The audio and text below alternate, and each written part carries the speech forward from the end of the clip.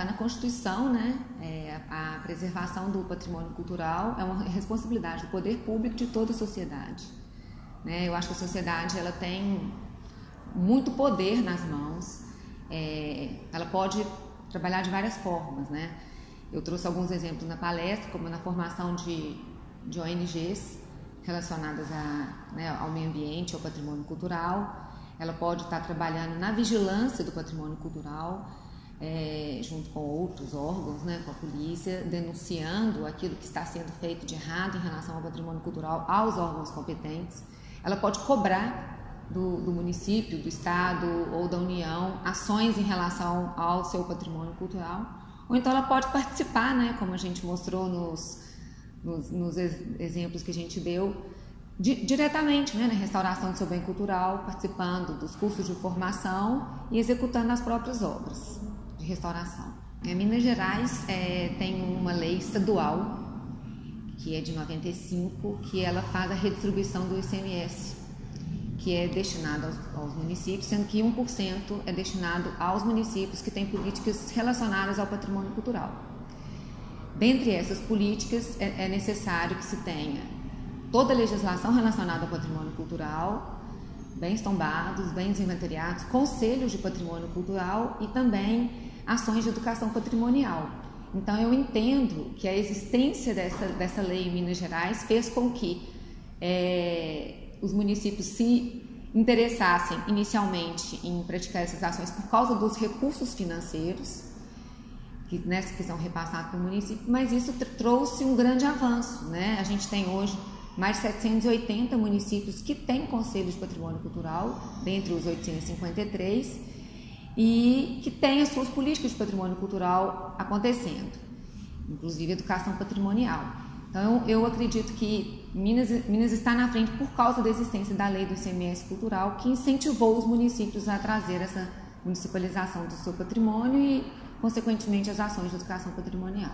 Eu concordo com o promotor, né, que falou antes de mim, que a gente tem que trabalhar muito na educação patrimonial, porque a gente só protege aquilo que a gente conhece, né? E uma forma de proteger é estar exercendo ali a vigilância permanente, que inclusive é um dos instrumentos que está na Constituição, e reportar aquele dano para os órgãos públicos competentes. A falta de recursos também é um grande entrave, mas como eu disse na minha fala, a gente tem que ser criativos, né? E os recursos do ICMS cultural de Minas Gerais, eles não são vultuosos que dariam para fazer uma obra de restauração inteira, mas a gente então tem que praticar aquelas medidas preventivas que eu falei, né? Para se evitar uma restauração, para se evitar um furto de uma peça sacra importante, a gente tem que estar adotando as medidas preventivas para evitar que o dano ocorra.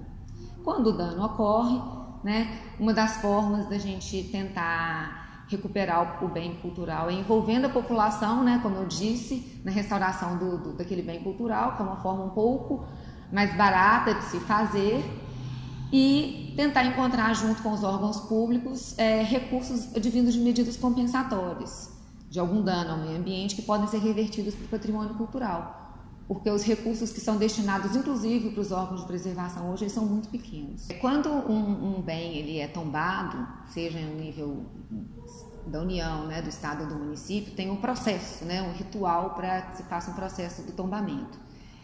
E muitas vezes o tombamento é só realmente da fachada, mas em caso de igrejas e bens que têm um acervo no seu interior, o tombamento é fachada, volumetria e todo o acervo integrado que está ali dentro, tanto móvel como integrado, como são os altares, os púlpitos, enfim.